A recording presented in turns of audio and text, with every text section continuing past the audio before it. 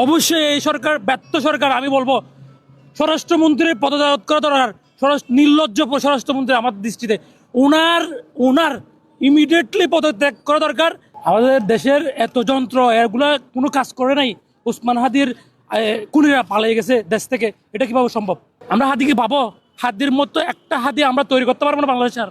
এই যে আমি আমি আমি থাকতে পারিনি, আমি চলে আসছি শহীদ মিনারে। 5ই আগস্টের পরে যে ওসমান হাদি বাংলাদেশের মধ্যে তরুণদের একটা যে বাংলাদেশপন্থী, যে বাংলাদেশকে ভালোবাসা, দেশকে ভালোবাসা, দেশ নিয়ে কাজ করা, দেশকে কিছু দেওয়া, যে জিনিসটা তৈরি করছিল এটা হচ্ছে ওসমান হাদি। আমাদের দেশের এত যন্ত্র এগুলা কোনো কাজ করে নাই। ওসমান হাদির খুনিরা পালিয়ে গেছে দেশ থেকে, এটা কিভাবে সম্ভব? আমরা দেখার পরে তো আমাদের আমাদের লজ্জা লাগে। এই জিনিসটা আমাদের লজ্জা লাগে।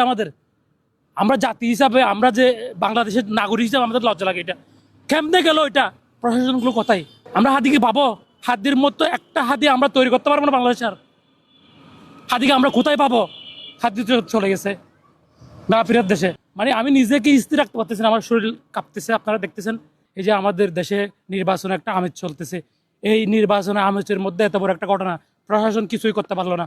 শুনতেছি, মিডিয়া দেখতেছি, ফেসবুকে দেখতেছি কোনেরা পালিয়ে গেছে ইন্ডিয়াতে। অবশ্যই এই সরকার ব্যর্থ সরকার। আমি বলবো স্বরাষ্ট্রমন্ত্রীর পদত্যাগ করা দরকার।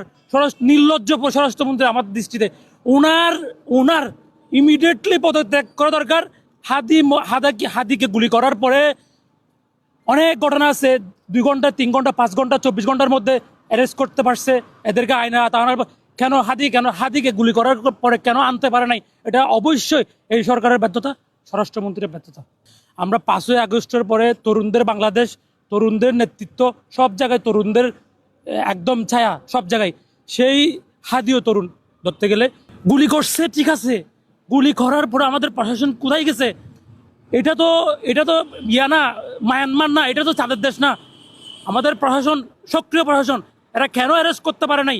আমি আবার জোর দাবি জানাচ্ছি স্বরাষ্ট্রমন্ত্রীকে অতি শীঘ্রই ওনাকে পদত্যাগ করতে হবে।